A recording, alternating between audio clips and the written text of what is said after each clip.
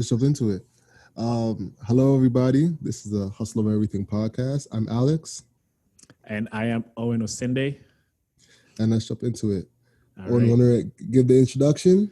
For sure. So today is a special day. We got one of my favorite entrepreneurs that I've been looking up to for the past couple of months since I found out about him. And that is Swish Goswami. He's a 22-year-old entrepreneur who's had a multi-hyphenate career. He's a serial tech entrepreneur and the CEO and founder of Trufan, which is recently acquired Social Rank. He's been part of the LinkedIn Youth Editor. He's a 3-time TEDx speaker and a UN Youth Ambassador. Swish has been recognized for curating the world's first youth social capital fund and an application to fight malnutrition on college campuses.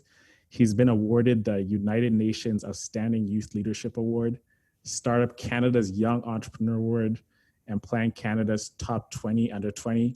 Swish has also been recognized as a top LinkedIn creator with over 100 million content views and as the face and future of Canadian entrepreneurship by UPS Canada. Swish has previously worked as a Fortune 500 consultant with companies such as Google, Western Union, and American Express. And he's also a venture capitalist, which is founded by NBA player Trevor Booker. So Swish, what he's doing right now, he's building Trufan. It's a social intelligence platform disrupting the influencer marketing space by helping brands activate grassroots communities made up of superfans and micro influencers. So Swish, that is illustrious career you've had so far, man. Like that is insane. Like, how do you feel like when I read that out? How do you feel when it's like when someone like me reminds you, like, hey, man, this is what you've done? How do you feel when you hear things like that and you look back and you're like, damn, we've already done that at such a young age? All right. Well, firstly, thank you for having me. I appreciate that. We're recording this at 10:30 p.m. So I just love that you guys are grinding late too. It's amazing to know that you guys are willing to do something like this at this time. I think when I hear stuff like that, I feel good. It reminds me, on the daily that there's stuff that I've done that I can be proud of. I think when you're in the middle of building something, especially with so much anxiety and doubt and uncertainty around you, especially during a time like right now, you can sometimes forget that you've done this before or that you do have a list of accomplishments and skills that you can fall back upon if you don't go right. So I feel good, man, but I also feel embarrassed. Like I feel like a lot of people, like, they read out the bio and I'm just like, all right, let's get to it. When you really think about me, I'm just a curious kid. And for me, like, everything that I've done it for a very particular reason. I started off really young because I had to work to make my way in this world, to be able to pay for things that I wanted. And I started young because of the fact that I was put into a situation where I had to do that. If I lived in a very comfortable household where everything was smooth, maybe I would have gone through a similar path as most people, where I finished college and then I looked for a job. But that just wasn't in the cards for me.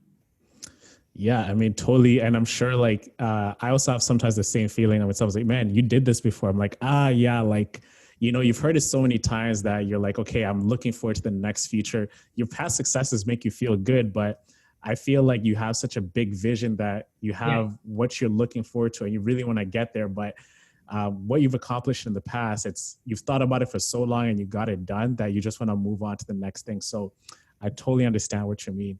So, I mean, we really want to start from like a very early age, right? One of your core stories is that you started from a young age as an entrepreneur with, when you're a young kid working with your dad, starting your first ever company. Talk to us about that moment in your life where that entrepreneurship sparked within you. Sure. So I started in Singapore, which is where I was born and brought up. In Singapore, we have a very strict academic system there. So you really don't spend most of your time not in the classroom or focused on your books, even in primary one, like grade one. I call it primary two in Kenya, Exactly, right? Like you're put into a system of academic tracking where you need to do well or else you're going to slip into a track that your parents are gonna like really beat you up for. So for me, the first thing that I noticed, I wasn't entrepreneurial as a kid. What I mean by that is when I did create a hovercraft when I was 7 years old, which I did sell, and I call it an early entrepreneurial experience, I didn't know that what I was building was the essence of being an entrepreneur. I had never heard that word before.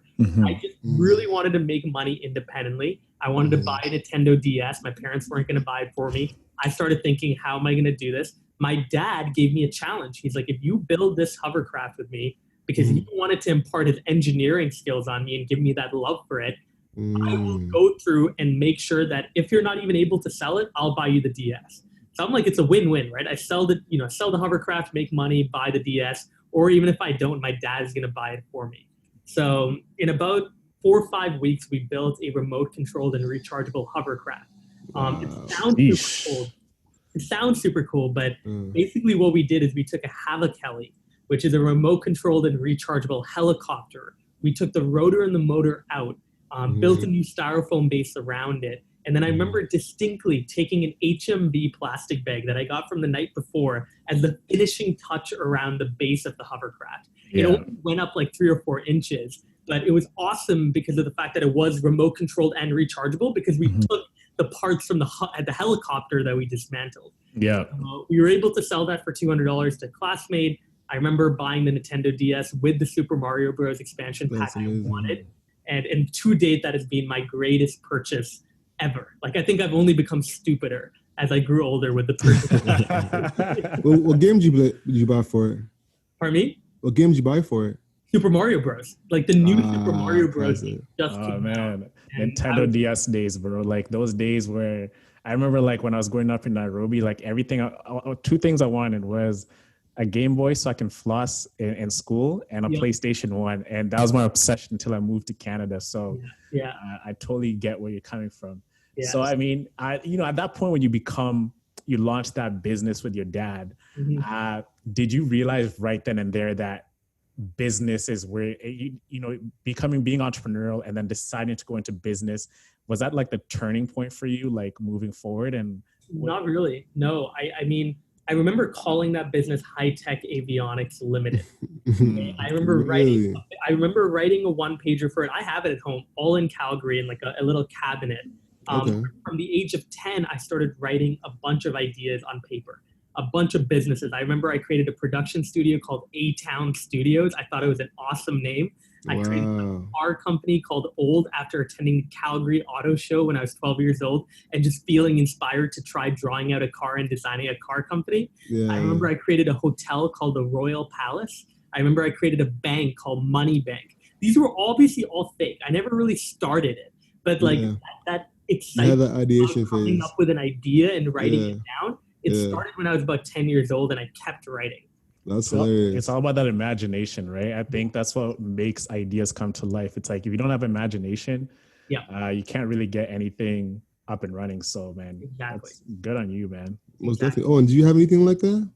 What, like coming up? Any like small business like idea you thought it would be a hit as a kid?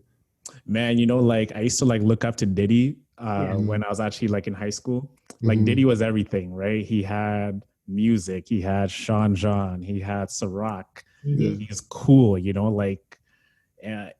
everything that I looked up to was to the culture. So I always wanted to come up with a vodka of myself because that's like the first alcoholic drink I loved. I actually came up with a name. It was called Revolva, right? It's like REVOLVA. And I still think about it till this day. It's like I drew out, I still have the notebook. I have like a sketch of it. So what's that, Swish? No, I was saying that's amazing. Like you should try creating that in the future. Yeah, absolutely. Like I'm very into, alcohol, like, I drink responsibly, but I love taste. I love drinking wine. I know like the mechanics of it, like, with the different decanters and aeration tools, like, so I definitely want to get into alcohol. I definitely want to get in the alcohol business when, I have the money to do it and hustle over everything blows up. And I mean, I'll tell you, like with everything that I wrote out, I remember I put it all into a holding company that I wrote out, and it was called AGEX, AGEX. And the reason I called it that, and by the way, I have a card, and I can only show this over Zoom, so I don't even know if the podcast is going to pick it up. But this is a corporate card that I created where anytime I speak, I get paid through a company that I created on my own. It's not Trufan, it's a private company, and I call it AGEX. And the reason why is because all these ideas that I started writing down, it came to me when I was 10 years old. When I was in 2007. So AGEX is exactly what, and I'd love to create that into a bigger business down the road. I just think it's a cool name that has a cool story behind it. Man, that's amazing. I mean, it's like you got to start with a foundation very early on, right? And having something to put all your ideas in. So if whatever idea you come up with, you can just place it under your corporation, and you don't always have to keep, restarting something fresh and new all the time. So that's great, man. So coming up, growing up, launching your business, moving on to high school. When did you move from Singapore to Canada? 8 years old. 8 years old, eh? Yeah. So you moved with your mom and dad? No, just my mom. My dad still lives in Singapore, but my parents are divorced. And then, we moved to Calgary. My brother, my older brother, who in my opinion is a genius. He's 4.5 years older than me. And no, man, my high school experience was amazing. Like, I created a nonprofit in high school. That was actually one of the early businesses that I actually created. Like, the hovercraft company was like a one-off thing. This was a proper company that we created. We incorporated it, called Canada Thinks, where we wanted to host different conferences in various parts of Canada, trying to make these conferences more interactive. Like, I remember in grade 10, I wrote a paper in school on why I hate TEDx talks. And it's ironic because then I went on to give 3. But like, at the same time, I hated them because they weren't interactive. You come into the TEDx stage, you'd see a speaker talk, and they're like a godlike figure where you can't even interact with them. They just leave. There's no questions. There's nothing. So I wanted to create a better TEDx and then take all of the money from these various events and put it together into a youth fund that we could help fund young startups by giving $500, $1,000, $2,000 to. Not a big amount of money, but enough to just get them going, to building a simple prototype of their product, or giving them some validation to be able to show their parents and say, look at the money that I was able to bring in for my idea. So that's what we did in high school. But again, like, I was also debating at a high level. I was debating for Team Canada. I was playing volleyball. I was playing basketball. I was playing cricket on the side in Calgary. I was really focused in school, and past grade 12, I knew going into university, I wanted to be a lawyer. Yeah. I mean, I read in you want to get into politics later on. And this is something we can talk like more about, like after we delve into businesses and learn more about your actual start into what made Swish Swish. Yeah. Awesome. So then after at that point in high school, so you make the company. Yep. How do you start operating payroll, and like how do you learn these things in high school? Great question. Yes, I mean with the nonprofit, the best part is we didn't have to necessarily pay each person. So it was a nonprofit that we created on the basis that different regions would create their own chapters. And those chapters would be made up of students. And a lot of high school students, honestly, are willing to do stuff like this because they want to put things on their resume, right? They want the volunteer experience. They want to be able to say they led the Winnipeg chapter. They led the Nova Scotian chapter. They led the chapter in Vancouver. So we were able to kind of grow in that way. I also leveraged my debate community quite a bit. So we actually did a conference in Texas. We also did a conference in Bermuda, because I met people at these international debating competitions, and I told them about the idea, and they wanted to create a conference back in their home city. It got a bit tricky though, because in Argentina, they have a problem of currency control. So when we were trying to get the money to be able to put into a centralized youth fund, it was hard to take the money out of countries like Argentina because they couldn't transfer all of it at once.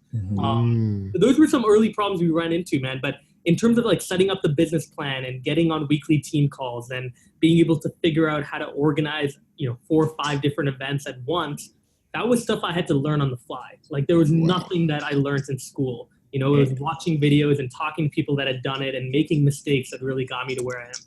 Yeah, the key to being an entrepreneur, like there's no manual. There's no like, No, I mean, you you have a structure of a business plan which tells you, okay, this is your financial part, this is your marketing, this is your human, but nothing ever goes according to plan. It's never a linear process to really get something going. And that was, you know, signaled to me like in all the experience, right? After university, after dropping out of school, after working on a wearables company and the VC and working with Dunk, like after all of that, I think the only point where I started to realize like, yo, entrepreneurship is so tough. Like it's so tough was with Trufan. And specifically, like when you talk about not having a manual, I mean, my co-founder is 21, I'm 22, and we acquired a company in November. Like we had no clue of how do you even acquire a company? How do you buy a company, you know, without getting their employees on board, let alone being an asset transfer. We take over customers and we take over their tech and we take over their domain and their website. How do we structure all of that legally? Who do we go to talk to? How do we make sure we're not getting fucked over? Like we had no manual. We just had to learn by talking to people and trusting them. Walk us through that. That sounds like that sounds like exactly. Because when we imagine like acquisitions, of course, there's a lot of like paperwork involved, but from like opening the talk about an acquisition, is there like what was your negotiation process like to actually closing the deal and transferring the assets over to Trufan and everything? Totally. So there's a lot that went into it, obviously. I think the most remarkable thing is we somehow got the deal done in 1 month. Where it normally takes companies 6 to 12 months to acquire a company or sell their company, we just knew we had to move quickly. So to give you background, Trufan, like you said, audience like analytics platform, we focus on the top 20% of your social audience. Social Rank, on the other hand, is a company that we bought based in New York. I knew about them immediately when we started Trufan. They were the gold standard for audience analytics because they didn't just show you the top 20% of your audience. They showed you your entire following. Doesn't matter if it's 25 million people or 25,000, you had the ability to filter that audience into whatever audience you wanted. I remember 25 million people and filter that down by everyone in Toronto that has Raptors in their bio and find all those people and then start to engage with them, right? So really, really powerful stuff. We had a conversation with their founder in November of 2018. So pretty much a year before we bought them. And their founder was great in terms of giving us advice for Trufan. He loved the idea of focusing on the top 20% of your audience. He actually thought it was pretty complementary to what they were building. And then fast forward to August of 2019, we hear from the founder that, hey, I'm actually going to be moving on to another idea. Like we've been working on this side idea for the last 2 years. It's going to be a competitor to LinkedIn. You know, the people who created Social Rank, they're in their 40s. They're looking for a big moonshot idea, $1 billion idea. And they knew that Social Rank wasn't that idea for them. So we came in and we're like, what if we bought it? And we weren't the only ones that expressed interest. There were about 4 or 5 other companies. One of them actually gave an offer that was like 3 times the value we even asked for, right? Like the money that we wanted to pay for it, there was 3 times the other offer. Right? So we knew that our pockets weren't big. We knew that we weren't coming in as the highest offer. But we knew that the one thing we had is we had this bond and relationship with Alex, who was the founder of Social Rank.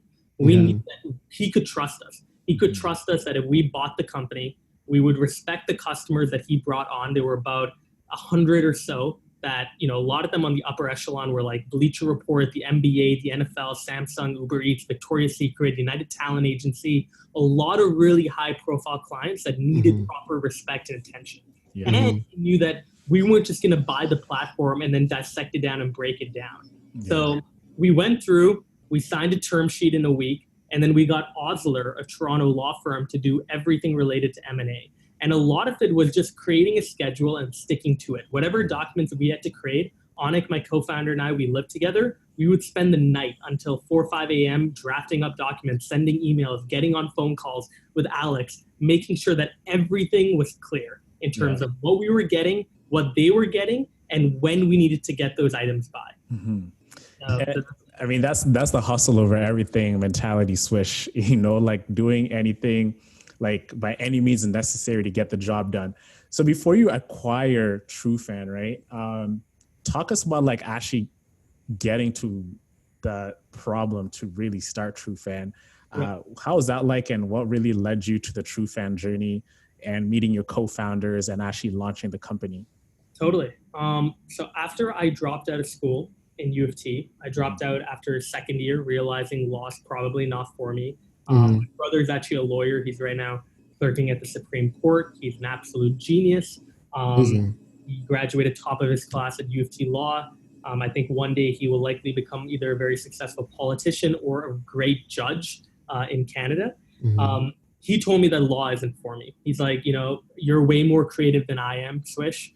If you go into law, I will never speak to you again. Because law is not like what you watch on TV where you go to trial all the time and you get to be Harvey Specter. It is quite literally like 80% just reading. You have to read a crap ton. You have to do briefs. And especially in the first 3 or 4 years of being an associate, you really got to do a lot of work that isn't very attractive and glamorous. So he's like, you can't be in it for the money. You got to be in it because you truly care about the law and want to preserve it. So I dropped out. I joined a VC started by Trevor Booker called JB Fitzgerald. I was living in New York. I loved New York. I decided to stay back for the year and drop out. And my roommate at the time in New York was a guy named Elliot. Elliot had created this account on Instagram called @Dunk, @DUNK, grew it to about 2.3 million followers. I came on board to help him on the business side, fundraising, managing some of the people that ran the accounts that were underneath our network, because it wasn't just one account. We started buying other Instagram and Twitter accounts and making it part of a bigger network. And we also fundraised. So I did all of that, met a lot of really cool people in the sports space. And one of the people I met was Mark Zablo, who was at the time the social media manager for Chris Paul and Dwayne Wade. He asked me, hey guys, do you have a tool that Chris could use to find his most engaged fans in Houston? Because it was at the time where Chris was going from the LA Clippers to the Rockets. To Houston Rockets, right? And so he wanted to find his top fans to host an event or give them apparel or just show them that, hey, I'm here in Houston now. I didn't have a tool like that, but this was around November of 2017. For a solid month, I was like, hey, I can't really find anything online. This is a pretty cool idea, not just on the brand side, but on the celebrity and the influencer side as well. Imagine being able to find your top fan and build an experience around them. So that's what we did. And, my co-founder is someone that I actually met while winning the top 20 under 20 award. So I was 17, he was 16 years old. We were in Toronto, staying at the same hotel, and we really bonded, but we just went our own separate ways after that. When I told him about the idea at the time in around December of 2017, he was at Stanford finishing up his second year. So we still had to work remote for like a solid 8 or 9 months. And then he took a leave of absence and we started the company officially in Vancouver in August of 2019 or August of 2018. That's crazy. Wow. Yeah. I mean, I actually know Elliot, his account, like he has Dunk and then his username is just Elliot. I don't even know how you get such a username. I always see these one word usernames and everything like that. So your co-founder, is he like a technical guy? He's a tech, so he helped you build the tech and everything behind it. Yeah. So my co-founder, to put it in his words, he's not so technical where he can go and build an app for you. And he can definitely do it. It just would take too long and probably wouldn't be the app that you wanted. But he can understand how to talk to developers very well. So I think the way that he sees his role is very much being like a product manager where he can go through and he can figure out what needs to be built. He can help organize it with the developers. And then he can also report back to the team and explain it to us in a way that's simple and easy for us to understand. Gotcha. So it's a great hybrid. It's actually, I tell a lot of people this. I think every co-founder or every founder really in the future should be a hybrid, similar to what Onik is, where you're able to have some technical experience, but also some sales and marketing experience that you can mix between. But yeah, definitely my forte is very much around sales and marketing. And I mean, look, we're a startup, we're 13 people. We still wear multiple hats. Like we always joke that my co-founder Onik is also our part-time lawyer. Because pretty much has to go through all of our legal work with the lawyers and understand what the hell they're talking about. But that's what you got to do when you're creating a business and trying to move fast. Absolutely. How long did it take to build Trufan? Yeah, so the MVP was built in 8 months. We actually initially wanted it to be done in 3 months. But around August of 2019 was when we released the MVP. We were able to get some good traction. Yeah, like August of 2018, we got the MVP out. We did a redesign in the new year. In February of 2019, we started onboarding our first customers on the bigger V1, like a much cleaner and sleek design. But right off the bat, one of the things we really tried to do was make money from day one. So even though the platform wasn't ready, our algorithm was ready, right? We could find the top fans and put it into a data report like a PDF and send it to customers. So that's what we did to make some early money because we knew the platform wasn't ready for them to come on a monthly subscription for it. Yeah. Okay. That's amazing. Yeah. So now I'm curious as well. One thing about Social Rank and about Trufan is the top fans, right? Yeah. Are these for Instagram and Twitter as well? Is this for all platforms? Is there any exclusivities when it comes to the platform? Just Instagram and Twitter right now. So do you guys have like an API integration with Facebook type of thing? Yeah, so we have an API integration with Twitter, like premium API access. We use the Graph API for Instagram. And then on the technical level, not to go too deep because honestly, I don't even know if I understand it. We built out a distributed computing system where different servers are pinging the API at different times. And we're able to put all of that data in and segment it on our own. Got you. Jeez, that's intense. That's amazing. I've never heard of that. Well, say it one more time. A distributed computing system? Yeah, a DCS. DCS. Interesting. All right. So now let's kind of dive into the business a bit. Yeah. So one thing that actually struck me was your acquisition process, of get a deck when you first come on to Trufan. What's your user funnel? Can you break that down to me? That's what we're wondering, yeah. So it's good to know right now that we have two websites going, right? We have trufan.io and then we have the Social Rank website as well. On the Social Rank side, we get about 10 to 15 inbound leads a day that just come through our contact request form. They're looking for a demo or they're looking to get onto a basic version of the platform. Only recently, about 2 or 3 days ago, we previously had to do something where every single lead we got, we had to get on a call with them and then we had to show them a demo and then give them pricing. It was very manual. It definitely meant that on the enterprise side, we were able to get a lot of good companies to come on board. Like we brought on Procter & Gamble about a month ago, and that was amazing. Wow. Congrats. Congrats, man. That's big. Appreciate it. At the same time, though, there were companies that were coming on for $50 a month or $150 a month, which I just thought it should be way simpler for them to come on, which is why we built out 2 or 3 days ago an automated pricing page that we're now sending clients to. So either on the Trufan side or the Social Rank side, you're going to fill out a small discovery survey.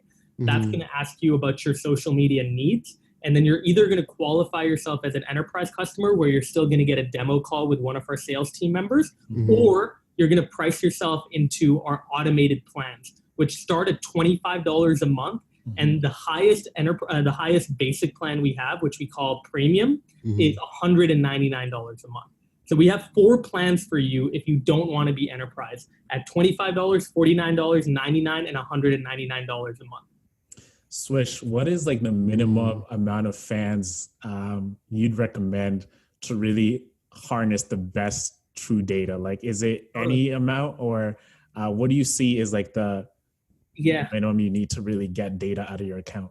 So the way that we price is actually not based on the number of fans. The way we price is on how many followers you have. So if you have less than 25,000 followers, we recommend that you come onto the $25 plan. If you have 3 million followers, we recommend that you probably come onto the enterprise side because anything above 2 million should be enterprise. So we price based on how many followers you have and how much data you want to run. But again, right, like we have different needs. Data is so subjective. So many people have different use cases for data, right? Yeah. One client might only need 5 people because they're just doing a simple giveaway. Another one might need 500 because they're trying to put together a big micro-influencer campaign, or they're trying to put together an event and invite all their top fans in LA out, right? So it really depends. I think it depends on what campaign you're trying to put forward. But we definitely think that you should try to use micro-influencers as much as possible. They're cheaper to work with. They have higher engagement rates. They're more aligned with your brand because they are a fan of your work and they've likely engaged with you before. And then B, we definitely think that even past your own audience, you should use a feature on our platform called Cerebro to basically scour the internet. We have over 2 billion profiles on our servers. that you can go through. That's genius name. And you can filter. I caught that.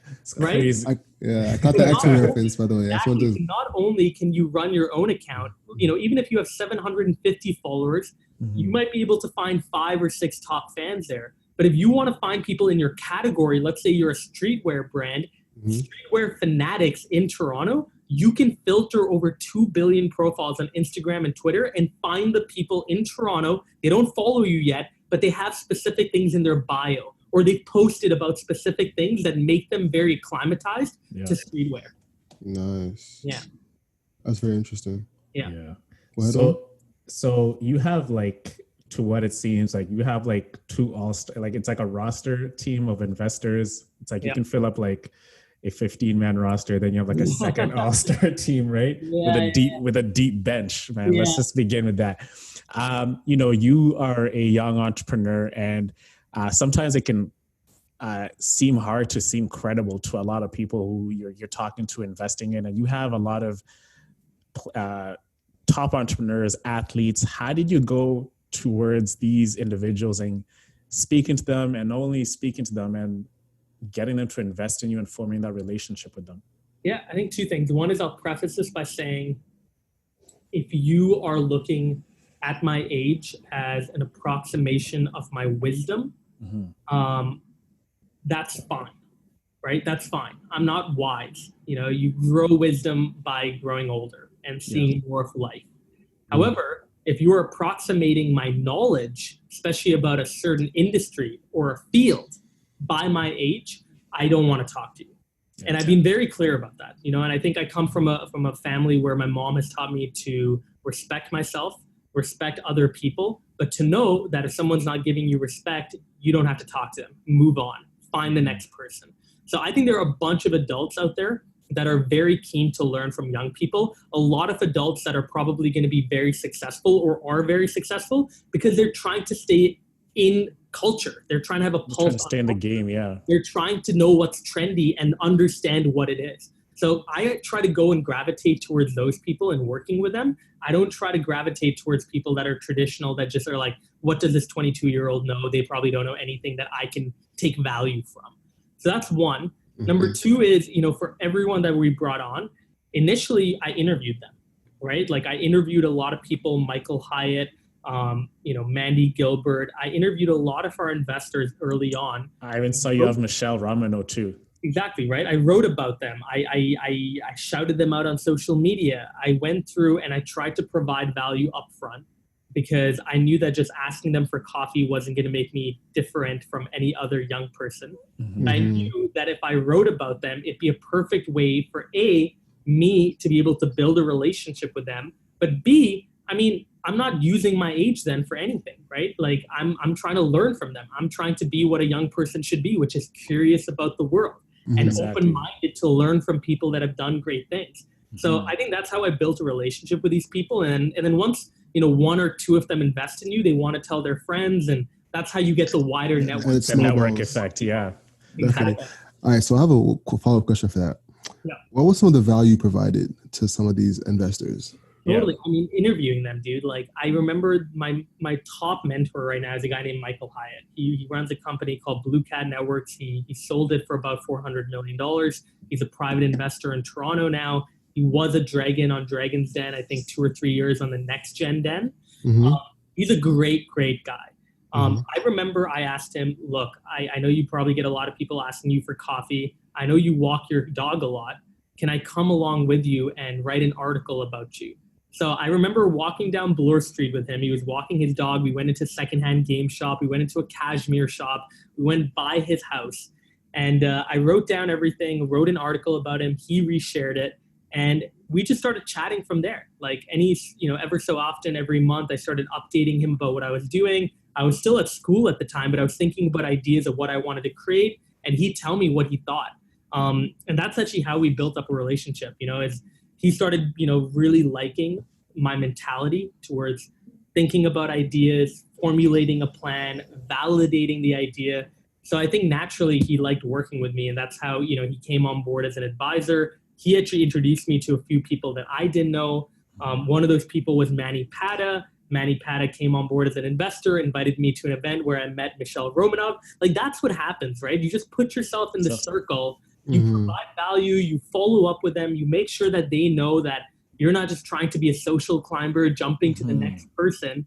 And from there, they're going to open up their network because they really like you. And they think that if they connect you with their friends, they're also going to look really good too. Yeah. It's like they're giving their friends opportunity, and it's just about being like authentic and genuine in what you're trying to do and letting it go from there. And then one of the things I heard too is, a lot of these top tier investors, they play a lot of golf. They meet up with a lot of their friends, and they quite literally just want to brag about the companies they fund, right? They want to say like, oh, by the way, like I funded this company, Kyle Kuzma is an investor in it too. Like, there are a bunch of really cool athletes and investors, like, pretty neat company you should look at, right? So we knew that there was a spectacle to bringing on athletes, to bringing on people of notoriety. And for some people, we didn't even just bring them on as investors, we brought them on as advisors. We brought on Aaron Gordon from the Orlando Magic recently. He didn't put money into the business. We just gave him a very small amount of equity and brought him on as an advisor to be a brand ambassador and make the company more cool. And how do you connect with the athletes? And is it from your relationship with Elliot running Dunk? He knows, they probably follow the page as well. It's a pretty big page. That's my assumption. But like, how do you meet like Kyle Kuzma and all these guys? Totally. So I met Kyle through one of our investors, Austin Eastman, who went to school at Utah. So he went to school, he played on the basketball team. That year, DeLon Wright, Jakob Poeltl, and Kyle Kuzma all were drafted into the NBA in the first. It was an unbelievable. That was a crazy draft, right? So Austin knew these guys very well, and Austin came on board. I met him through Dunk. So I met him because he followed the page. He DM'd me. I got on a call with him, and he really liked Trufan, and he put money in. And then he was like, "Hey, by the way, I know some of these guys. I actually know them as friends and not just through their manager. Why don't you come out to LA and I'll introduce you to some of them?" So the first time I ever met Kyle was playing paintball, and then clubbing. And then the next day he invited me to his house and I showed him the idea. He really liked it. His manager really liked me and my co-founder. So they put money in, right? And so that's kind of the game that you have to play is, you can't expect that you're going to get to an athlete through a manager. But, if you're hungry enough, you have a good idea and you're bringing in the right people, eventually the puzzle will put itself together. Somebody knows someone who knows someone, like it will work out. Nice. So just to put a button on one of the conversations we were having for the acquisition process, do you find it Facebook ads as one of your main acquisition processes, or is it just like direct only as like the main process right now? Sorry, could you repeat that? For your user acquisition process, one thing you mentioned is the manual process of sending out, having people fill out the contact form, then getting in touch with them through that. But, how are you usually acquiring users right now? Is it just strictly through organic traffic, or using Facebook ads, Twitter ads? Talk to me more about that. Totally. Yeah, we have 10 to 15 inbound leads that come through our Social Rank website a day. And I kid you not, we have never put in a single cent into advertising. Like the Social Rank or Trufan? Or Trufan. We have not put a single dollar behind advertising. We've maybe done one or two influencer campaigns, but that's not been a big thing at all. So for us, a lot of it is brand equity. I think we've built up an incredible brand, especially in Toronto for Trufan. People know us when we go to conferences because we get our entire team to talk about us on LinkedIn and on Instagram, and our investor network is fairly wide. And then Social Rank, I mean, you search up find my most verified followers, find my most engaged followers on Google, you're going to get Social Rank because they've done an amazing job of SEO in the last 4 or 5 years. So I think those are things. We've signed some affiliate partnerships. We have some good partners like Clearbank recently. We signed a revenue share agreement with them. We've gone through and tried to activate our investor advisor network for intros.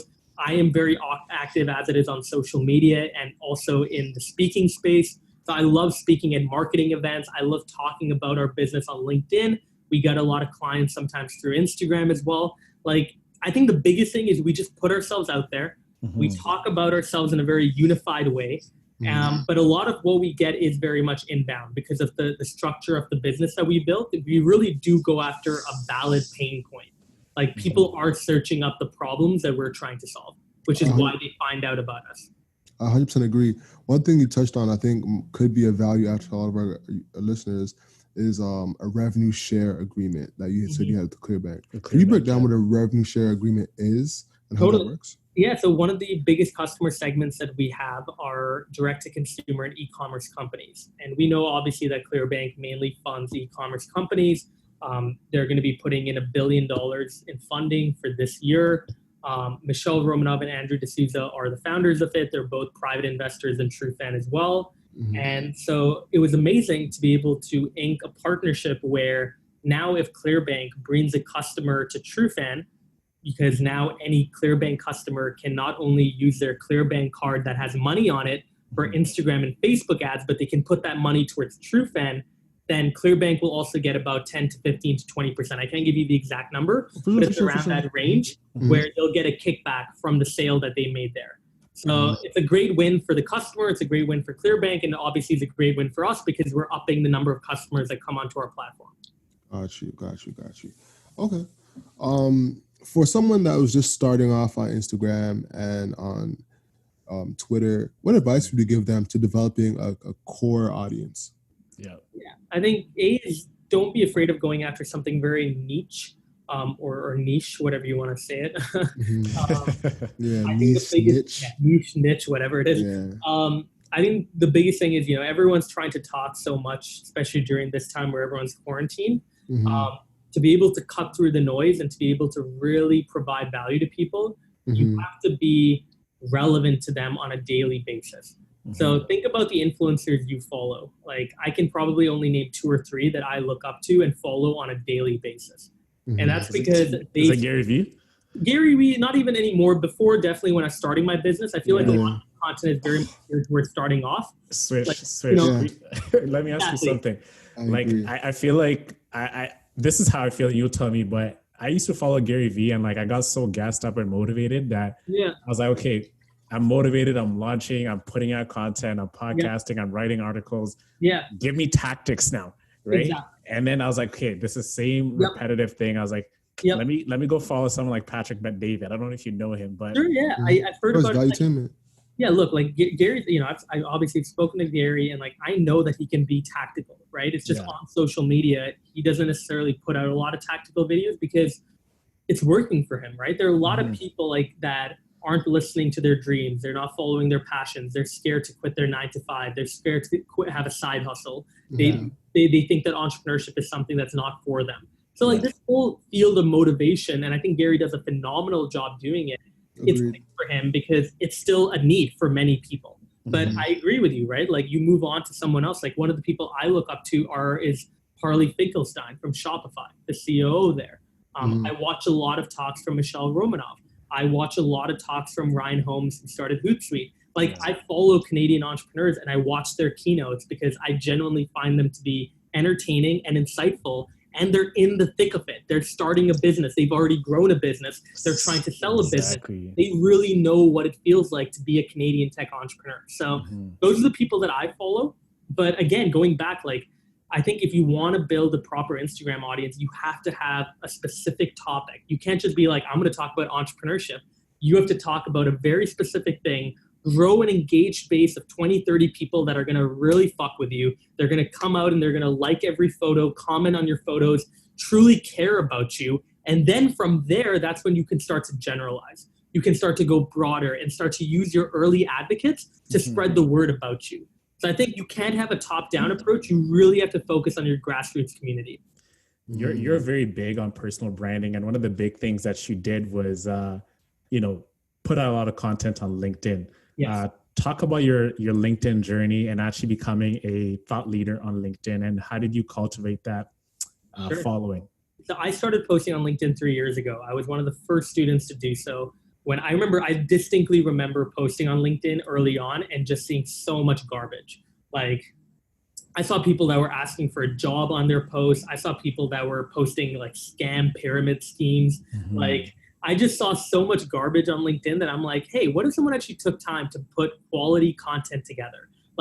Motivational posts that you see on Instagram and insightful tactical videos that you see on marketing on Facebook. Why aren't they on LinkedIn? Why aren't people talking about this, especially when it's a professional community? So I started sharing content as a college student on how it is to be a college student with entrepreneurial ambitions. I talked about procrastination. I talked about balancing my school life with my business. I talked about mental health and feeling lost and not knowing where my passion was, not being able to hang out with friends because I was working on my business. These were topics that I immediately started being relevant to college students because they immediately could feel it. They knew that it was like another person that understood their situation, telling them about how they were able to overcome certain things that maybe they could look into as well. So I did that.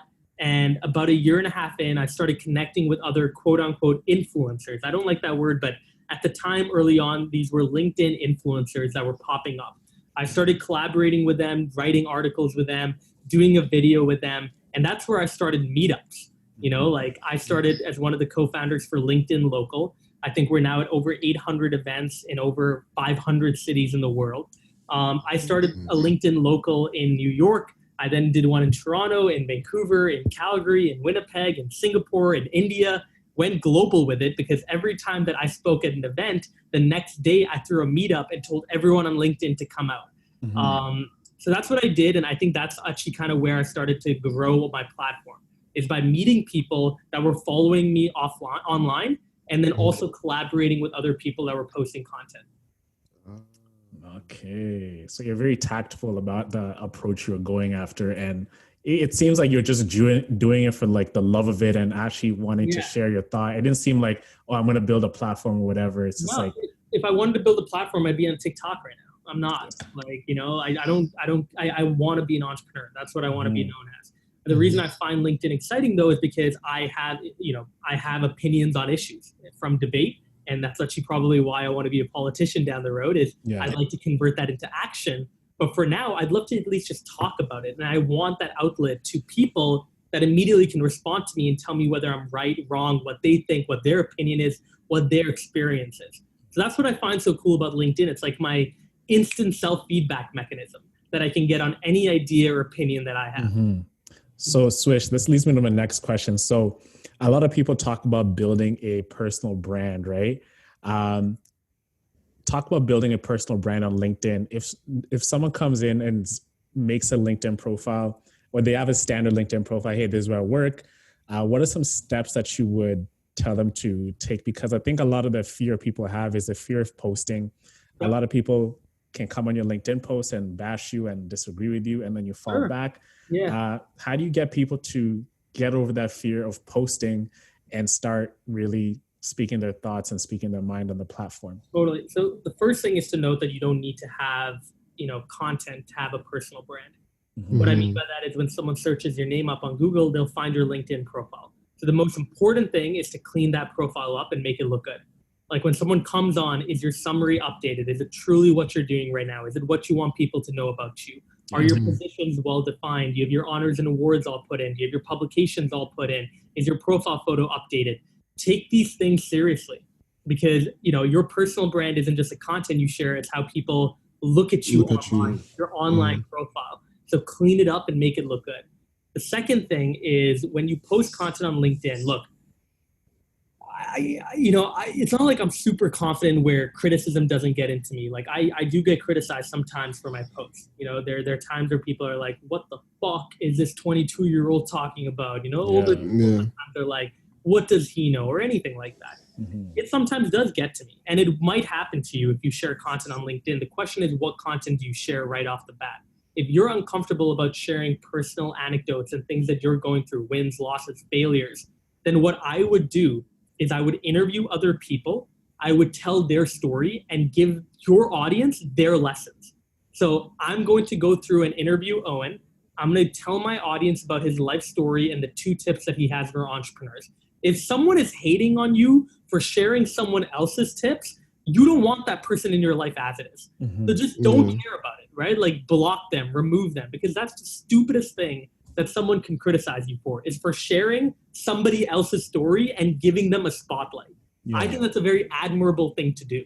So that's number one is you don't have to share vulnerabilities right off the bat. You can interview other people. And the second thing is comment on people's posts. You don't have to even actually engage. Comment on other people's posts. And if that comment is insightful, like if you're not just sharing a fucking emoji and you're actually sharing, a 2-3 sentence response to the content that they share that's actually relevant and insightful, that's a good way of getting people to like your comment and look at your profile and start to build a little following like that too. It's actually being social and social. It's like actually it's engaging and talking to people and not just posting. And that's what I did, right? Like the people always ask me, Swish, what's so special about your content? There's nothing that's special about my content. Now when I share content, I'll get my 20, 30, 50,000 views per post. And that's great.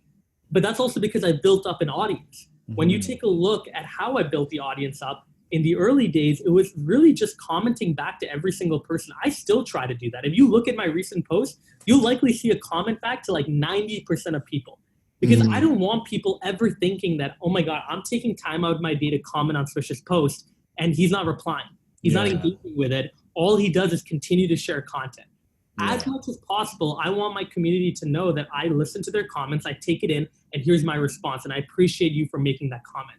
So early on too, I don't do this anymore. I wish I did, but I used to get on 5-minute calls with people that commented on my posts. Just how are you doing? So that the next time that they see my post, they'll be like, hey, Swish, I actually know that person. I got on a call with them. They understand me. I understand them. They're not just an online avatar sharing content. We actually have a connection.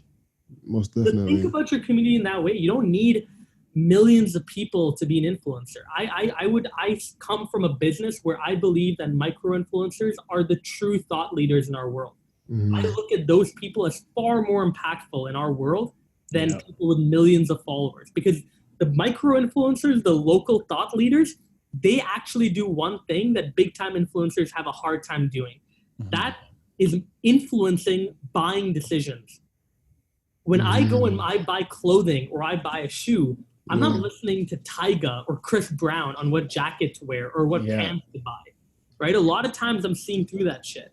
But I am going to listen to my friend that has 5,000 followers and has a decent community and share stories on sneakers or cars or real estate because I trust that opinion a lot more because I'm connected to that person. I know that person and I know that they know their shit and they're not just doing it as a sponsored post. So as much as possible, if you're trying to be an influencer, quote unquote, focus in on trying to get 50, 60, 70 people to love you before you think about the millions. Yeah. And we've dived down into influencer marketing for quite a while now. But one thing I think is still a lot of room to dive in is e-commerce, and that's a strong asset or a strong population of your business, right? E-commerce brands. Totally. So how would you say people can leverage Trufan to strengthen the e-commerce business? And what do you see are a lot of e-commerce business lacking? Great question. Yeah, I think a couple of things there. And by the way, I would love to chat about the bubble that is online advertising and why I think paid ads are ridiculous and why I think it's going to decline. But that's for later. We could chat about that. Definitely. All right. I'm coming back to that. It's a point of view that I think is so important for people to hear right now. Okay. E-commerce companies can use Trufan to empower their top fans. So if you have a promotion code, 20% off, if you're hosting a virtual event, especially right now with COVID, you can go through, find your top fans, message them and give them that code or give them that invite.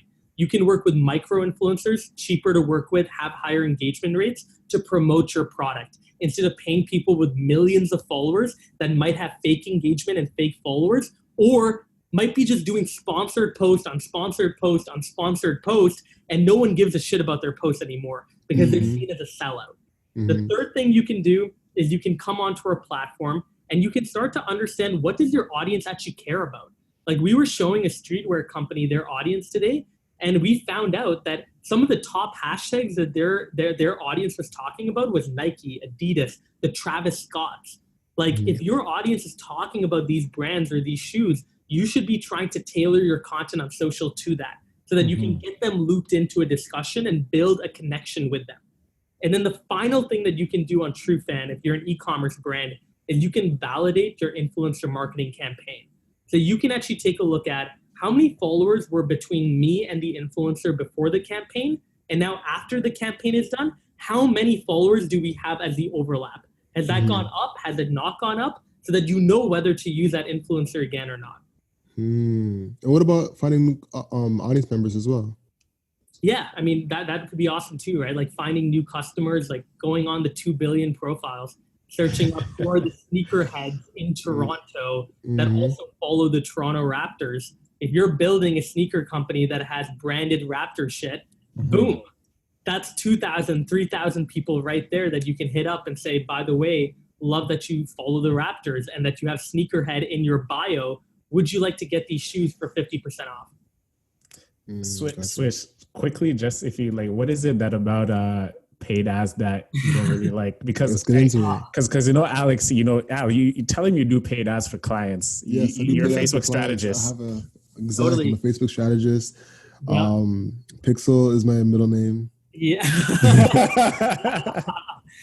Let's get into it. it. So I feel like what you're kind of leaning towards is the cookie laws that's about to come out with Google. No, don't worry about it. So there's a bigger problem.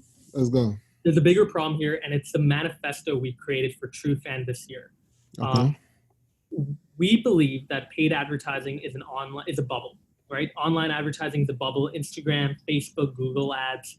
We think that it's a bubble that's going to burst. And by that, I mean more money is going to be put towards influencer marketing. I'll talk about that in 2 seconds. Okay. Why do I think that paid advertising is a bubble? One, ad fraud is a humongous issue, especially in Asia, where domain laundering and click farms are a big, big thing. A lot of money, about $50 billion in the last 5 years, have been lost due to ad fraud. People paying for ads that were never actually displayed or were displayed privately to a very select group of people that were fake. That's number one. Number two is that brands have no control on where their ads are placed. So Verizon and JP Morgan last year had their ads put on top of racist YouTube videos. Can you imagine waking up as the PR manager for JP Morgan being like, oh, I wonder what's in the news? And it's like, what the fuck? Like, we had no control over this video. We had no control over where the ad was put on. But now our brand is being associated to racism. That's messed up. And that's a problem that still has not been fixed. Thirdly, ad blockers are on the rise. My co-founder and I, we both have ad blockers on YouTube on. About 40% of North American YouTube users have ad blockers on. And then number four, this is probably the most important reason why paid advertising is a bubble, in my opinion. I think there's a difference between selection effect and advertising effect. What I mean by that is imagine that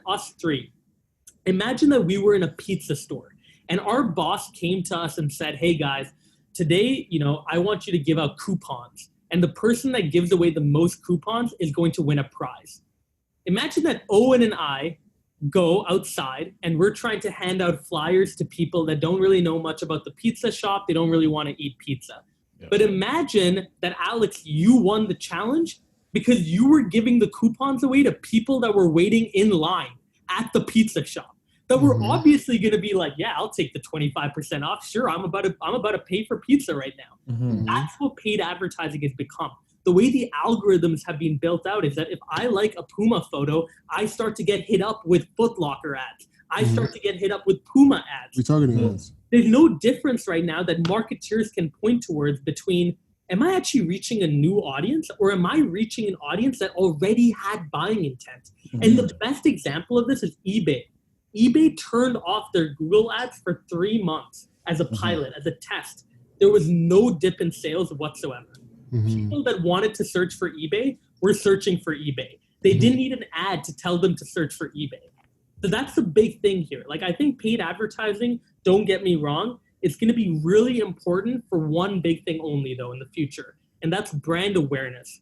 So that's where I think bigger companies aren't going to need paid ads in the future. I think they have a way better bet in terms of putting their money into influencer marketing and properly done influencer marketing, like going through and working with your own community of buyers that are influential. But I think that smaller companies likely will use paid advertising in the future just for brand awareness, not as much for conversion. So you have some great points. I think one thing you mentioned of using micro-influencers to reach new audiences, reach audiences that are a lot more willing to pay, It's a great point. I think when it comes to finding new audiences, firstly, lookalike audiences, whether it be on Facebook, on Twitter, on Google, can be leveraged to find new audiences that are very likely to pay. Yeah. That's for one. When it comes to generating brand awareness, because you're both on the same page, Facebook can be like phenomenal too. Exactly. What was the other ones you had? Ad fraud, ad block. Ad block. So all right, so ad block, that's a good one, but there's always going to be workarounds for it. Facebook is on mobile is still relatively open in terms of ad block. For now. Right. That's my thesis isn't that this is going to happen in a year. I'm saying that it's going to happen in 5 to 10 to 15 years even. Right? It's just the way that I don't like seeing ads. Younger people don't like seeing ads. No one likes seeing ads. Ads are disruptive. It's literally called disruptive ads, right? So I think the model of paid advertising will shift though, right? It won't become intrusive ads. It might become integrated ads. Yeah. Where before I watch a documentary on whales, I get some amazing commercial through the show producers. Yeah. Like the show producers have created an extra sample off the documentary that features a product. Like product placement is going to be way more natural. Definitely. I could agree with you there. Me personally, my as an agency owner, I'm not romantic with Facebook specifically, and I think you're an idiot if you're going to be romantic to a specific platform. Agreed. So of course the landscape's going to change. 10 years ago, MySpace ads was great. 15 or 20 years ago, not to date myself. But there's always going to be a changing landscape of what ads work better. So there's always going to be ad blocks. There's still always going to be a new form of blocking ads. The same way we don't watch TV anymore, simply because of ads. That's why we don't watch TV. It's not just because of Netflix is that much more convenient. So there's always going to be a new form of that. It's just finding the leverage or the arbitrage point of attention. And there's always going to be that. So there's always going to be paid ads to leverage. So you could be using micro influencers. And going back to your point, micro influencers are absolutely great. Macro influencers or bigger influencers are great as well because they influence the micro influencers. You know what I'm saying? A lot of times. To a degree. Like I think the way that a lot of micro influencers have been building up their audiences now is they're trying to come out as counterculture. Like they're trying to come off as they're not mainstream. Right? Like that's why Lyrical Lemonade exists. Like we follow Lyrical Lemonade because Cole Bennett's videos are beautiful, but the rappers that he features aren't like Gucci Mane and shit. It's underground rappers that like Jack Harlow that gets 4 or 5 million views on What's Poppin', and that's like the best song that he's ever released to date. This is true, but he also has done Kanye. He's also done features. But once in a while, but that was because he started off niche and then blew up, right? Exactly. And now he's not really a micro influencer, right? I'm just saying like the early days of Lyrical. The early days of him, he definitely was niche. Same with Adam 22. You can think of him the same way, where he started off with skateboard culture, then had the Ian Connor interview that led to the XXXTentacion interview. Yeah. And now he's a father. Pardon me? Now he's a father. Adam 22's a father? He announced today, Get out of here. He's the father, Wow. About time. You know what I'm saying? Jeez, you know what I mean? Let him be at it for a minute. Start popping juniors, bro. Yeah. You know what I'm saying? That's a fact. But also, I think what paid ads has is the ability to have like the push button effect. For right now, I think what you're talking about is paid ads in the future. Like I tell Owen, like Netflix might not be able to last out the future, and that's like a whole other conversation. But currently though, I think the power of Facebook ads or ads in general is being able to push a button and create sales. That's the difference. Whereas with micro influencers, you can have it, but it's not as guaranteed. It's not guaranteed, If I spend $1, I'll make $1.15. Or for micro influencer, it could be bullshit, and you could be like, I spent $1 and made 0 cents, or absolutely agree. Absolutely. You know what I'm saying? So that's kind of the difference. So it's still like either way, it's gonna have to be something like a split test. Either influencers will take you for a ride, and someone will get you to your destination. Totally. So you just have to test it out either way. But it's a bubble. It's a bubble, man. It's gonna get bigger. But can you say the same thing about micro influencers? Because like if everyone has this is my sponsor, this is my sponsor post, then it's going to become not a free for all, but the opposite of it. It's going to become too clustered, right? Agreed, but that's where, the benefit is you get to start choosing who you work with, right? Like there's a marketplace of options. Right now, I feel like we live in a world of a monopoly where like if I want to do ads, I only have like 3 fucking options. And like, oh man, I don't want to do LinkedIn. That's bullshit. I have to do Facebook, Instagram, or maybe Twitter. Like Twitter may be a little open because you can do retargeting campaigns using data in a custom audience. That's the only benefit compared to Facebook and Instagram. That's like the 3 only options I have. As opposed to the micro-influencer approach, I agree. It takes more time. It's not as systemized. It's not created in a very efficient way yet. But at the same time, I have way more options of who to work with, in what country, in what areas. And I can truly like see the effects off the I could see the tangible effect of like, I work with this micro-influencer and here were the sales that came from the tracking code I gave him. Or I worked with the micro-influencers and here's how many views their video got. But with paid ads, it's like, even if I get customers, I don't know if those customers were ads that is going to buy from me or not. How do you tell the difference? You can't. Yeah, you can. But Swish, what if the difference?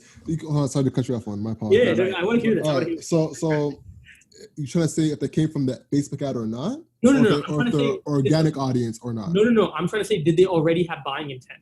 So did that person already want to buy Puma? How do I know that? I don't know that. So you can do that by geo-targeting. If you have an audience first off, you can test by your pixel to see, hey, is this audience already coming to our page, already interacting with the brand? Totally. If it has not, then you're reaching a new audience. So that's not true though. That's what they want you to believe. Because I'm telling you, I get ND ads, for example. Okay. I have never liked a single page of NDs. Neither have I. Why I hate ND. ND mattress ad though is because I kid you not, a week ago I searched up how do I get a new mattress.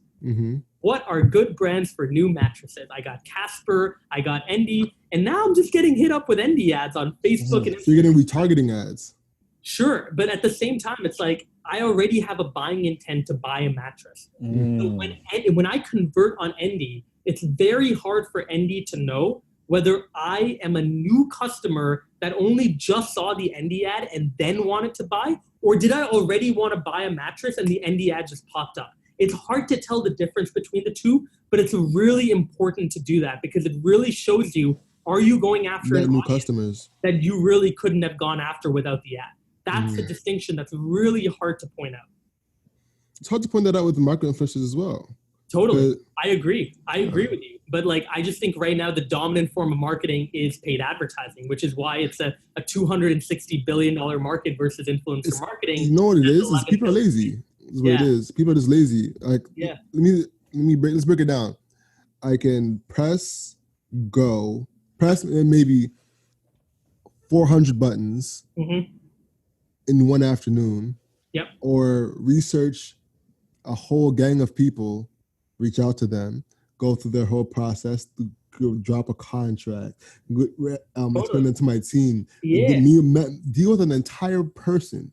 Well, I mean, you don't have to do a contract unless you're a Fortune 500 company. Like normally you can just reach out and say, hey, are you like, we did this for Dunk where we literally did a shout for shout all the time, right? I'll promote you on our page, you promote me on your page, or I'm going to give you $100. Can you put this up on your story? Stuff like that is very easy to do through PayPal and stuff. But I agree, there is more manual work associated with influencer marketing. But again, this is a thesis for the future. Like with tools like ours, we're going to make it far easier for people to go from discovery all the way to conversion. That's the goal of why we built Trufan. We're not there yet. I totally agree, but it's a goal that we have. Now, wouldn't you say that paid advertising will go better with Trufan? Because let's say I discover the new audience using what was the word that you used to the X-Men term that Cerebro. I don't know why I forgot this. I love that reference by the way. Cerebro's awesome. Yeah. To discover new fans, right? And I like engage with them. The X-Men reference too, by the way. I appreciate it. I like that you knew it was from X-Men. Thank you. I caught it right away. Did you catch that? No, I haven't seen it still, bro. You remember Cerebro? Oh man, I used that shit back in the day. You put on a Cerebro hat and it's like find all the humans in the world. that was a fire reference. I like that. Yeah. So I agree. I use Cerebro. I agree, right? Like you can use Cerebro, you find an audience, and you can then advertise to that audience. The only issue is that on Facebook and Instagram, you can't upload a custom audience from our data list. You can only do it for Twitter. So for Twitter, you can absolutely do Twitter ads. But again, are Twitter ads as popular as Facebook and Instagram right now? No, that's the issue, right? Custom audiences used to be a thing like a year or 2 years ago. I think it was actually the last presidential election that really screwed things over. And then following that, Cambridge Analytica that happened, that kind of made it really hard for us to do custom audience targeting. Got you. Yeah. You can still do that, but you just gotta be like super smart about it. Like if you, for instance, if you have so break it down. What do I get from Cerebro? If I'm an Instagram marketer. Yep. You get I get a list of the accounts. List of their accounts, their user ID, and their handle. Their handle. Okay, got you. So then, all right. So as a marketer putting on that hat, I would have to manually get in touch with each of them. Then they come onto my page and I can retarget them. Right. If we could give you emails, then you could technically do Facebook. If you could go on the ads manager and run ads against and manually add the emails in for sure. Exactly. Yep. Okay, cool. So you can pull out emails. So if I'm on Instagram and I'm looking for a new Instagram audience on Trufan, I can use the Trufan audience to pull out emails. I can go and upload to Facebook and put it to in an alpha stage right now. In an alpha stage, yes, it's a very new feature we put out, being able to go through email. And the way that we find emails right now is if someone has publicized it. So if you put your email in a comment or on your profile, we'll capture it and then we'll be able to show it to the end consumer. Listen, you see this? This is a marketer smile right here. You know what I'm saying? We're building an engine, man. Listen, if I was a marketer, that would put a smile on my face. I appreciate that. All right. Awesome. So I just want to get to the talking investing about Swish, right? So Swish, bro, you've invested in FaZe Clan, and I know you're part of Dunk because your relationship with Elliot. Yep. What are some things you look for in a business you want to invest in or be a part of? Do people approach you to be a part of it? Or are you, I know you're building your business right now, but are you also looking for businesses to invest in? Yeah, so actively doing that right now. Obviously with everything happening in the public markets too right now, I'm looking to put more money into companies that I think are going to grow over the next 5, 10, 15 years. I'm not looking for a quick win. I'm not looking for a quick buck. This is money that is set aside for future investments, if you will, and a future payout. The FaZe Clan investment was honestly made because my co-founder is obsessed about eSports. He's one of the most knowledgeable people about eSports in the world, in my opinion. And round 13, the Toronto VC that invested in us, they had no clue what eSports was, but they got the FaZe Clan deal. So they were looking at it. They brought Onik, my co-founder, in. He gave a spiel about eSports. They decided to pass on investing in the round. But Onik and I both, we play video games. We both play Modern Warfare quite extensively now. We played Black Ops 4 very extensively. He was ranked top 2% in the world. I was ranked top 15% in the world. We play fairly competitively. And we knew that this would be an awesome business to just put some money into. Not only because now it makes us a lot more credible in the esports space. When we talk to esports clients or when we're giving a speech about esports, we can actually back it up by saying we've actually put our money where our mouth is. And then 2, we do think it's a really cool brand to be able to just be behind. A lot of young kids look up to FaZe. They're such a vibrant organization. They're making such cool moves through merchandise, through some of their brand partnerships, their collaborations they're making in other verticals. So we just wanted to be a part of that. Normally, though, my criteria for funding is very similar to any angel investor. I look at the entrepreneur. I look at whether I can work with that person, whether I can even provide value. Not only do I want to put money, but can I actually make X, Y, Z connections? Or do I have expertise in the field that is just unparalleled that might help the founder grow? And from there, then I look at financials. Do they actually have an organized plan of going to market and rolling this plan out? All the things that a normal angel investor would do. But for me, the one thing that I can't do right now is I can't just write a blind check without knowing where it goes. I know some angel investors, they're like, oh, I'll write a 10K or a 50K or a 100K check. It doesn't matter where the money goes, right? I can't do that right now. Every investment that I'm making, I'm trying to see, can I provide value and come on board as a partner? So if you can name 3 qualities that make a great entrepreneur that you want to invest in, what are some key traits that they have to have this for Swish for you to invest in? What would you say those qualities are? I mean, it all comes from Harry Potter. Like, I think you just got to be Harry. Like, you got to be resourceful, you got to be determined, and you have to be persistent. That's the three things, like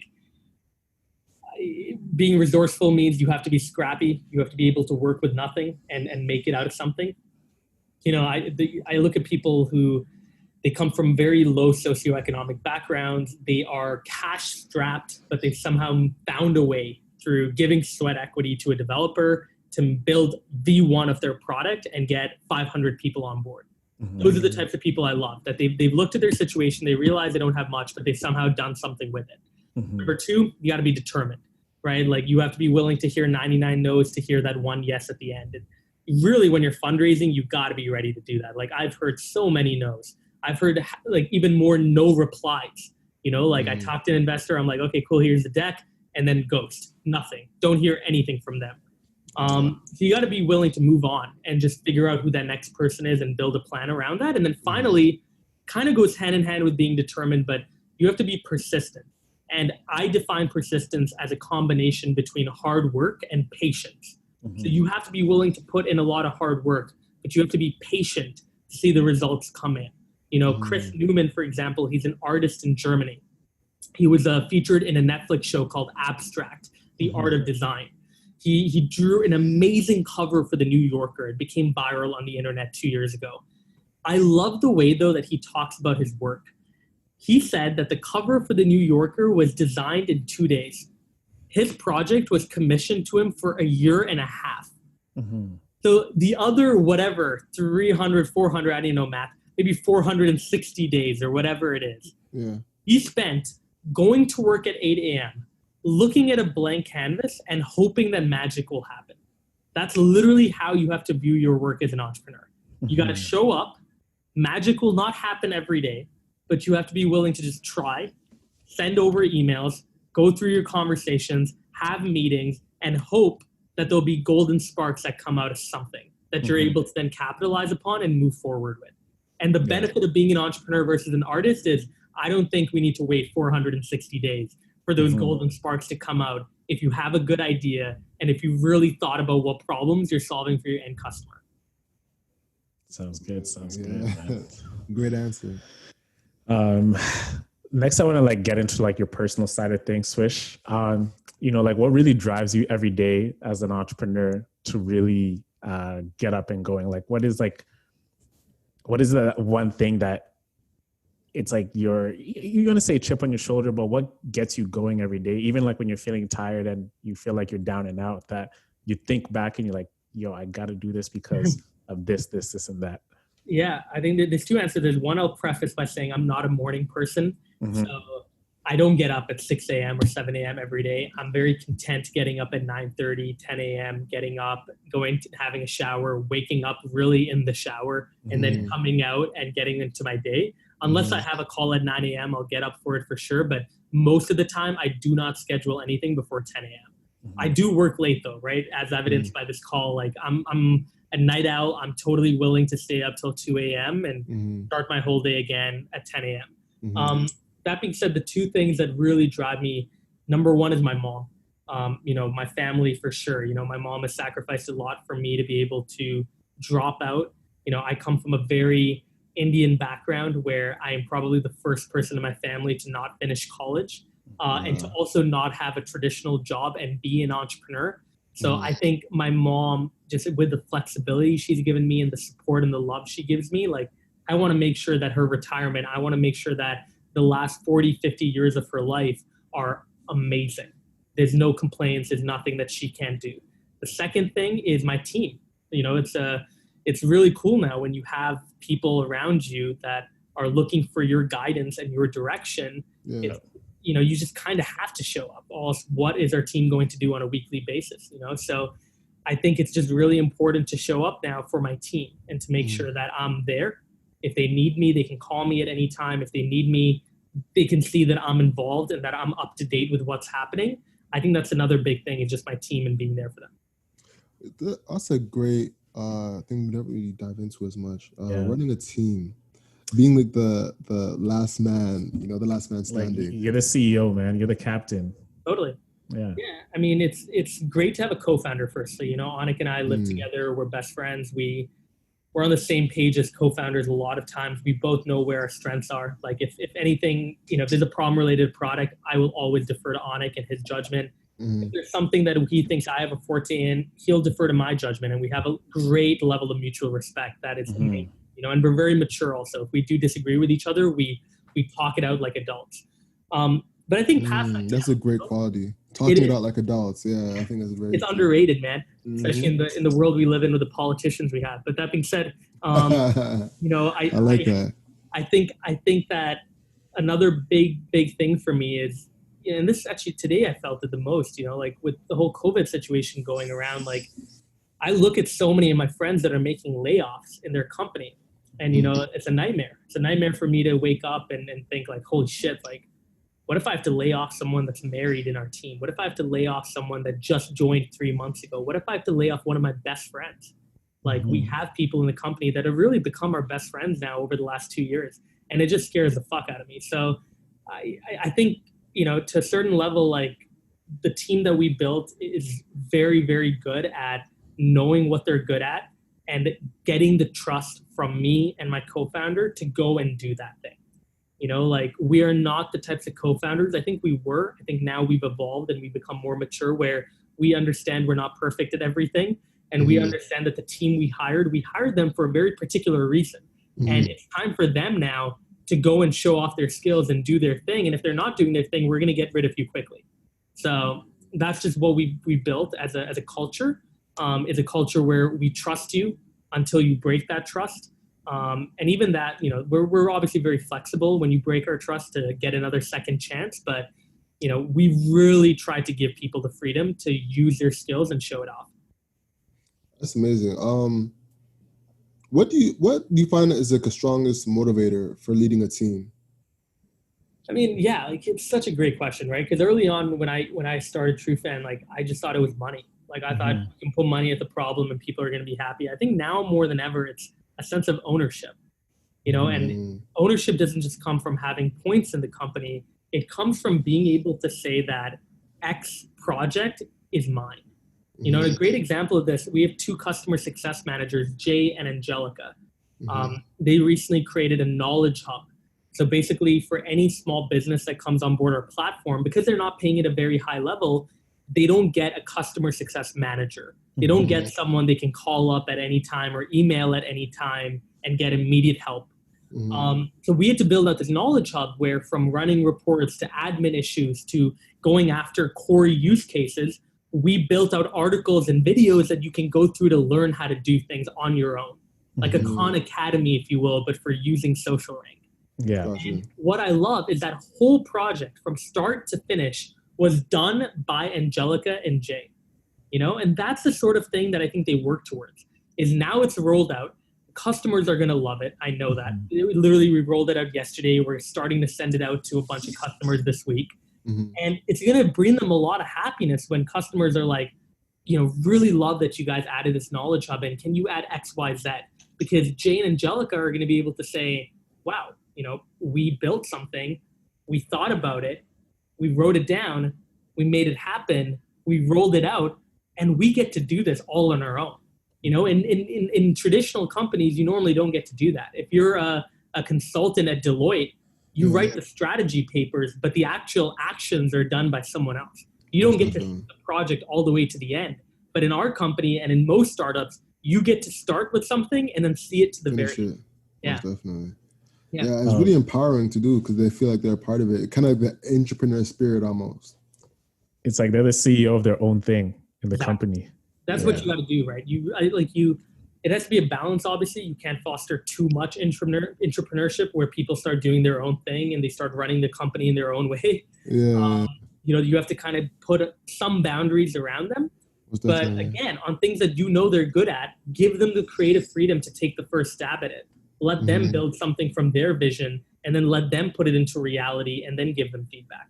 That's the first step, I think, towards leadership is that trust needs to be there. Most definitely. So, speaking of leadership, do you have investors as well, like an investor board that you report to, or is it strictly just you? Yeah, so we have 40 investors or so now, but the only people on the board are Anik and I, my co-founder and I, and we've been blessed, right? Many people they have to bring people on as a board seat. I just think every investor we brought on has trusted that Anik and I are going to lead the company in the right direction, and that we're not just going to raise money and put it in our pockets and move on. We're going to stay super lean. We're going to have to eat ramen if we need to. We're going to not even take a salary if we don't need to, because we're trying to build a real business here. Amazing. So one thing that I remember, I was listening to Tim Ferriss' podcast. I don't know if you're familiar. It's a small little podcast. Kind of getting up in the ranks. Yeah. And he mentioned that when it comes to productivity, unless you're someone who has investors to answer to, you don't always have to be on. And in this case, you do have investors to answer to, right? So is there a pressure to always be on and always be functioning at a high level? If so, how have you been able to deal with it? Yeah, I mean, I think it comes down to this, which is for our investors, we send them a monthly email blast. We're very, very concise in it. We tell them everything that happened, from products to sales to fundraising to what we need help with and what we can help them with. Okay. Past that, if any investor ever wants to chat, my cell phone is always open. They can schedule a time with me. We can get on a 30-minute Zoom call, and I'll give them everything they need to know. And we're very responsive over email. Past that, though, there's no pressure externally. I think there's already enough pressure internally that I don't really need to care about external pressure. I don't care about the pressures our investors have unless it's rightly placed, right? Unless we're doing something really wrong and they're like, no, you guys should get back on track. I'll listen to that feedback. But if they're pressuring me in a way that I don't want to go because I don't see the company going there, I'm not going to follow that. And that's, I think, what I love about each one of our investors is I just know they're not going to do that. And I also think there's, again, enough internal pressure, right? Both in terms of the goals that I set for myself and, the vision that we've laid out for the company, the roadmap that we've set forth from a sales and a product perspective, and, our entire team keeping each other accountable. There's already so much internal pressure that we have to deal with. So there's not really a lot of room for external pressure to fit in. Because one of the things we were looking is you have such a big roster of investors that a lot of stories you hear is a lot of entrepreneurs, they take on a lot of investment from a lot of people and they just have investors eating their ear out, just hey, how's it going? How's it going? What are you guys doing today? And that's what we thought it might've been for you, right? It's just not at all. I think it's just the type of investor you find, right? It's so subjective. If you find investors that truly believe in your capabilities and they know that you know your thing, they'll trust you. I think 90% of our investors don't even use social media that actively. They just don't. They just like the business because they like Anik and I, and they think that we're smart and they think we'll figure it out. That's it, right? So you got to find that, and then B, I've heard horror stories the other way around too, right? I've heard of companies that fill in the $1.5 million round with one or two people. And those one or two people are way more interventionist, right? They're trying to intervene because they're the ones that put in so much money. Whereas with the 40 investors we got, they're all writing checks for anywhere between $10,000 to $25,000. And that's not a lot of money for most of them. So they care about it, but they don't care so much where they're going to call us every week to find out what's happening. You know what I'm saying? Interesting. So is that a strategy that you personally had? I was all right, instead of having 3 guys invest $1 million, let's do 70 guys at a smaller amount. Well, it's also because I didn't now I know the VCs. Now I know the funds that I can go to raise the $1 million if I need to. But back when I started Trufan and we were raising money, I didn't know Excel Partners. I didn't know Panache Ventures. I didn't even know Round 13 Capital, which is our biggest investor now. I didn't know these people. So I knew that I had a lot of people that I had interviewed, that I had relationships with, that were high net worth. And I knew that if I went to them with an ask for $10,000 or $25,000, they were probably going to say yes because A, they like me, and B, it's not a big ask. It's not like filling $1 million round. So that's what we did. We brought on 22 angel investors in our first $500,000 round. And then we got round 13 to come on board later on in February of 2019 when we moved to Toronto. So, that's the strategy that we've taken, is bunch of angel investors, institutional later, but even the institutional money we got with round 13 was very unorthodox. Round 13 started by Bruce Croxton, who was a dragon on Dragon's Den. He started Lava Life, the dating app, which sold for 170 million or whatever.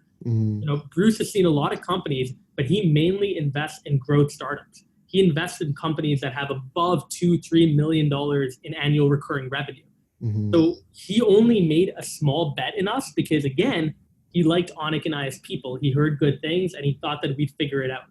So it was very unorthodox the way that we even raised institutional money.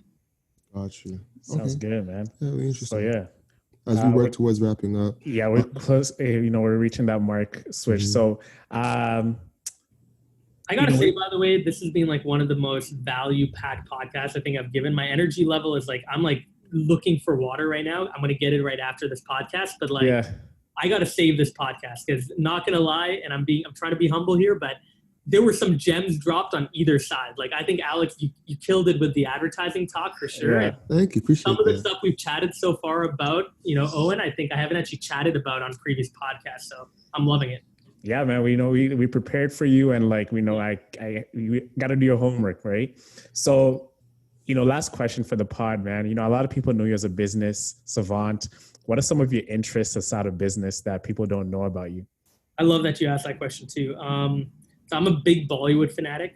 Yeah. I'm a huge Bollywood fanatic. I would love one day to start a production company, or to be able to write movies, or to be able to direct a film. It would be a dream come true, I think. That's a long-term goal along with running for office. But that's one. I love dancing as well. I danced for a very big part of my childhood. And then even when I was in New York, I danced for the Broadway Dance Center, did a lot of hip hop there. Here, I've been trying to do virtual underground sessions, but that's been tough. I love gaming, obviously. Call of Duty is a really fun game. My co-founder, Onik, has really gotten me into it. I love playing basketball. I used to play basketball weekly before this whole COVID situation started. I played every Sunday for a rec team. A lot of our company team members are on that team as well, which was super fun. And then finally, I just think I'm enthusiastic about pop culture in general, music, art, like fashion. Like I'm maybe not the most fashionable person. I don't think I have the best music taste. I listen to a lot of top 40 junk, but at the same time, like, I don't know. I'm super interested in like these sorts. I disagree. You know what Lyrical Lemonade was. You know what Alex 22 was. I disagree. That's why I'm just like, this guy is just like Lyrical Lemonade. Like, this guy knows his stuff, yo. Like, you know your stuff. But I tune in, right? Like, I try to have a pulse on culture. Social media, through the people I follow, I try to digest that type of news. So again, maybe I don't walk my talk yet, but like, I definitely look up to fashion designers like Amiri. I look up a lot to people like Rude. I look a lot up to musicians as well that are coming up. You said Rude, like Rugi? Rude? Yeah. Okay. Gotcha. He actually works with one of my friends who's a fashion designer, Andrew, who started OmFam LA. I don't know if you guys know the brand, but Chris Brown wears all of their stuff in his music videos. OmFam, okay. So yeah, like I think just the people I know generally are the reason why I get into these circles and start to understand the underground business. But I'm very in tune with pop culture, and it's something I love to follow. Amazing. Yeah. Okay, I have one question but as you wrap up. COVID, like how has that affected the business? Yeah, I feel like it could be a missed opportunity if you didn't talk about it. Exactly. And I know I've seen some of your LinkedIn posts too. You speak a lot about COVID and the transitioning. So how's that been for you and your team, and how's that Yeah, talk about it, team, business, personal. On the team side, it's been amazing because we previously were working virtually. Like when we started Trufan for the first 8 months, we were working virtually. When we moved to Toronto for the first time in Feb 2019, for the first few weeks, we were working virtually. So we know how to work virtually. I think we figured out a really good system now, morning huddles, Wednesday executive calls, Friday general team calls, booking off time for Zoom calls with team members to do monthly check-ins. I think we've put ourselves into a really good system there, and people have adapted really, really well. In terms of the business, I actually don't think there's ever been a better time to be a social media business than now, because consumer usage of social media has gone up. A lot of brands now, they can't do physical activations. They are looking for digital activations to do with their top fans. They're looking to connect with their online community a lot more and get to know who are the power players that they need to work with. So our product usage has really gone up. I think the only thing that's been affected is our enterprise sales have slowed down a bit because budgets have been reshuffled. People are being laid off. So we're going to wait. Hopefully in May, when budgets are restructured and people have an idea of how much they can actually spend, they'll start to buy from tools like us. But in the meantime, that's actually why on the business end, we rolled out the COVID response, right? We integrated our platform with Hootsuite, so over 1 million small businesses can see a snapshot of their true fans. We put together a small business package where if you're an SMB that has under 25,000 followers, you can come onto SocialRank for free for 45 days, right? Any small business anywhere in the world can redeem that offering. And we're also throwing together a virtual event on my birthday in a week, April 14th, for small business owners and entrepreneurs to learn how to navigate the situation. So I think we put together a really good strategy that helped us adapt our business model during this time. And the final thing personally, man, like I'm good. Like I feel more productive than ever before. I'm in a good routine. Obviously I miss seeing my friends and going outside and, you know, clubbing and relaxing and playing basketball and doing all of those things. But I also think that this has been a really good time for me to reflect, to catch up with my thoughts, to pick back hobbies that I used to do. Like I've been writing a lot more now because I have time to do so. And also reconnect with old friends that I haven't spoken to in years, you know, just to check in and say, how are you doing? So personally, I feel great. Yeah. If you need a wing, if you need like a shooter, my shot's butter. Yeah. For your rec team, bro. Like, trust me, man. I love to ball. I played ball my whole life, and I'm looking for a rec league to join. So hit me up, man. Hit me up when this whole situation dies down and when we are actually allowed to go back outside. Hit me up. I'll make sure you're on the squad. Trust me, bro. I'll give you guys buckets. Yeah. So yeah, we're close to wrapping it up. So one thing like, you know, I always do is we have something called Hustler Nation, which is like our listeners. And we just love to give them like a little motivation as they go throughout the week. So here we go. Hustler Nation, how's it going? Hope you're all well and healthy. We just had Swish Goswami on the pod. You heard what he's about, everything he's done, and the business he's creating. And the way we're moving forward right now, everything is moving to an online presence. And this is the time to really build something and really build a viewership, whether it's a podcast, whether it's a blog, and really have an influence of the things that you love. If you love talking about gaming, you know, build a following about that. You know, you can be an influencer and you can really put yourself in a position to attract businesses to really work with you. So take this as an opportunity as we're locked in for the next foreseeable future, the next couple of months, and really think about the things that you love. It doesn't matter what it is. As we spoke about in the pod, you know, think about something that's niche or niche or whatever it is that you love to do, that you can really wake up every day and talk about with passion and really cultivate a following. You don't have to have 1 million followers, but, you know, if you have 1,000 true fans, this is a concept we spoke about in the previous podcast. All you need is 1,000 true fans of people who are going to like your posts, share your stuff. That's all you need. And once you have that, you're solid. So really think about the things you love and really cultivate a voice behind that. And trust me, if you wake up every day doing that and loving what you do, I'm sure there's 1,000 people in the world who love what you're going to talk about. So just give it a shot. And, you know, one day you could be working with Trufan and you can be exposing yourself in that audience. So yeah, just take a chance and let's get it. I love it. 100%. A few housekeeping items, you know, make sure to follow us. Yep. Before we begin to that, Swish, where can they find you? Yeah, and go Swish, GOSWISH on Instagram or Twitter. And if you're interested in Trufan, you can check out our website, trufan.io. Amazing.